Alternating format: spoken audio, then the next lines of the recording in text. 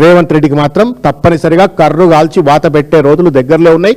ఈ రౌడీ రాజకీయం గనక బంద్ చేయకపోతే తగిన మూల్యం చెల్లించుకోవాల్సిన పరిస్థితి ఏర్పడుతుంది. కేసీఆర్ గారు ఒక సూర్యుడు లాంటోడు.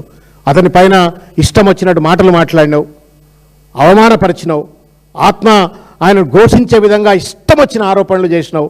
ఎన్ని చేసినా కానీ ఆయన పాపం భరిస్తూ వచ్చినాడు. ఆఖరికి వాళ్ళ ఇంటి మీద దాడి చేసే ప్రయత్నానికి దిగదారు. ఎంత నీచానికి దిగదారు రేవంత్ రెడ్డి గారు, మీరు ఎంత నీచానికి దిగదారు ఇవాళ నువ్వు. 14 ఏళ్ళు కొట్లాడి కడుపు కట్టుకొని తెలంగాణ తెచ్చిన కేసీఆర్ పైన ఇంటి పైన దాడి చేస్తావా? ఇదా ప్రభుత్వంలో కూర్చొని నువ్వు కేసీఆర్ గారికి ఇచ్చేటువంటి ఒక సన్మానం, గౌరవం, రివార్డ్? మాటలతో పోయినా ఇవాళ చేతుల దాకా తీసుకొచ్చినావు.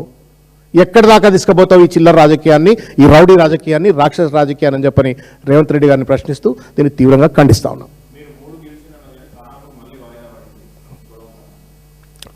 ఆ సమాచారం నాకు పూర్తి తెలియదన్న, బట్ 3 గెలిచినట్టే, మేము 3 మోరల్గా గెలిచినట్టే, నిజంగా కూడా గెలిచినట్టే. రేవంత్ రెడ్డి అడ్డదిడ్డం పడతా ఉన్నాడు, అధికారులను అడ్డం పెట్టుకొని, ఎన్నికల సంఘాన్ని అడ్డం పెట్టుకొని అడ్డదిడ్డమైన ప్రయత్నాలు చేస్తూ ఉన్నాడు. మేము ఆల్రెడీ ప్రజల కోర్టుల్లో, ప్రజల సమక్షంలో గెలిచినాం.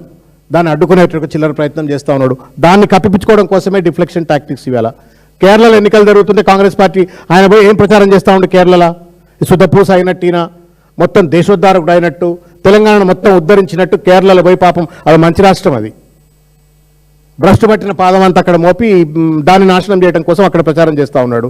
అదే సందర్భంలో నువ్వే ముఖం పెట్టుకుని ప్రచారం చేస్తావా, నీ 3 మున్సిపాలిటీలు ఓడిపోతాయని చెప్పని అక్కడ అడగకుండా ఇవాళ కేసీఆర్ గారి పైన దాడి చేసే ప్రయత్నం చేస్తూ ఉన్నాడు. Thank you.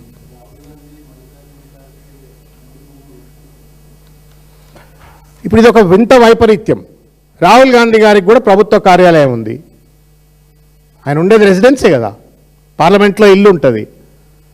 మరి రాహుల్ గాంధీ గారు లేకపోతే మల్లికార్జున ఖర్గే గారు రాజ్యసభ సభ్యుడిగా, పార్లమెంటు సభ్యుడిగా నరేంద్ర మోడీ బొమ్మ పెట్టుకున్నారా? చెప్పుడు మరి, నరేంద్ర మోడీ బొమ్మ పెట్టుకున్నారా? ఈయన అచ్చమైన పూస అయితే ఎవడన్నా బొమ్మ పెట్టుకుందనేమోనండి. రౌడీల బొమ్మలు పెట్టుకుంటారా ఎవడన్నా? పొద్దున్న లేస్తే బూతులు మాట్లాడేట బొమ్మలు పెట్టుకుంటారా?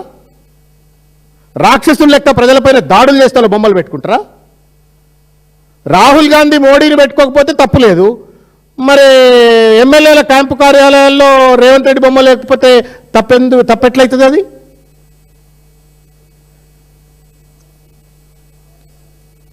మూడు రంగుల జెండా బట్టి అని రేవంత్ పాట పాడతాడు. అది ప్రభుత్వ కార్యాలయంలో ప్రోటోకాల్ ఉండదు, ఏడ ప్రోటోకాల్ ఉండదు. ఇష్టం వచ్చినట్టుగా ఆయన దుర్మార్గమైనటువంటి రీతిలో వ్యవహరిస్తూ ఉన్నాడు. ఇది రావణ రాజ్యం నడుపుతూ ఉన్నాడు. కర్నూలు రాజ్యం, ఇది మహబూబ్నగర్ రాజ్యం లెక్క కొడతలేదు. కల్వకుర్తి ఆయనకు కర్నూలుకి ఏం సంబంధమో అర్థం కాదు. వాళ్ళ రాజ్యం, వాళ్ళ ఫ్యాక్షన్ పాలిటిక్స్ అని తెలంగాణలో చూపెడతా ఉన్నాడు ఇవాళ. మేము ఒకటే రిక్వెస్ట్ చేస్తూ ఉన్నాం డీజీపీ గారిని, గజ్వేల్ క్యాంపు కార్యాలయం పైన దాడి చేసినట్లు ప్రతి ఒక్కరిపైన కూడా కేసులు పెట్టాలా, వాళ్ళపైన న్యాయపరమైన చర్యలు తీసుకోవాలా.